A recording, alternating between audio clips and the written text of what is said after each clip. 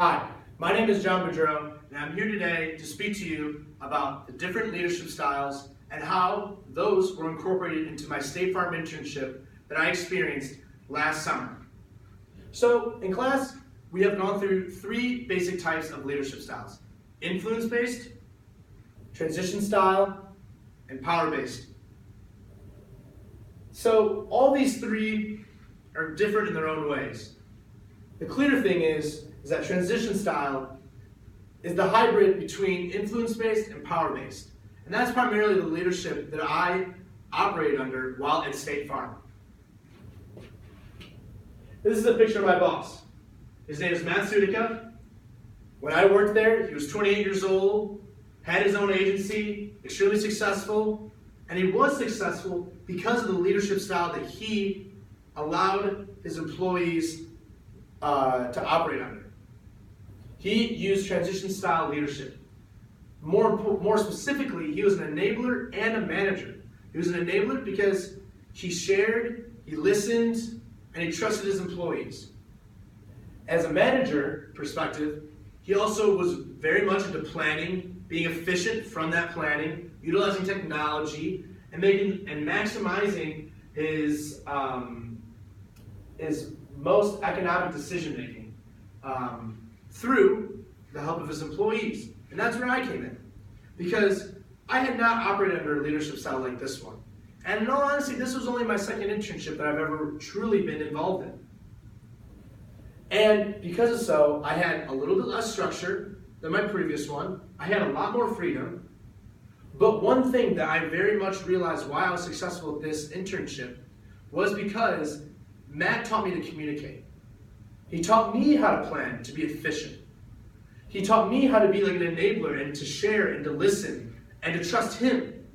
Because my project at the very beginning of the year that Matt gave me, he simply said to me, "Jack, increase leads." Now, I first thought I was walking into an influence-based, kind of visionary leadership style where he's just like, just go, figure it out, do it. And then at times when I was struggling with that, I thought I was in a power-based leadership style because he would be like, "Jack, you gotta do this, you gotta do that." And then I would be left empty-handed. But as time went on, I realized that Matt just wanted me to communicate with him, ask questions when I need to, ask him for help when I needed to, and then open up that communication so he can communicate to me, give me feedback. Because of so, I was able to be successful. Because what I came to realize is that in order for me to increase leads, I had to point Matt's agency out from all the other ones. Just kind of like that red guy right there. I had to make Matt's insurance agency stand out amongst all the other ones in the local Indianapolis area. And the way I did that was through a program called Communal Leads, which is a mutually beneficial program for both insurance agencies, such as Matt's, and nonprofit organizations. And the way it works is that it's simply nonprofit organizations bring and forward leads to Matt. And in return, Matt, for each individual lead, will donate $5 to that charity, regardless if that lead is signed or not. And I would not have found this program unless if Matt enabled me and managed me and taught me how to open up that line of communication. Because if I had too much freedom, if it was a visionary perspective, I would not have been able to find that because I didn't know Matt's target market. I didn't know basically the insurance industry in general. And if it was power-based, and if he was telling me to do this, this, and that, I wouldn't have had that freedom to go out and connect with Pat West, the creator of Communal Leads.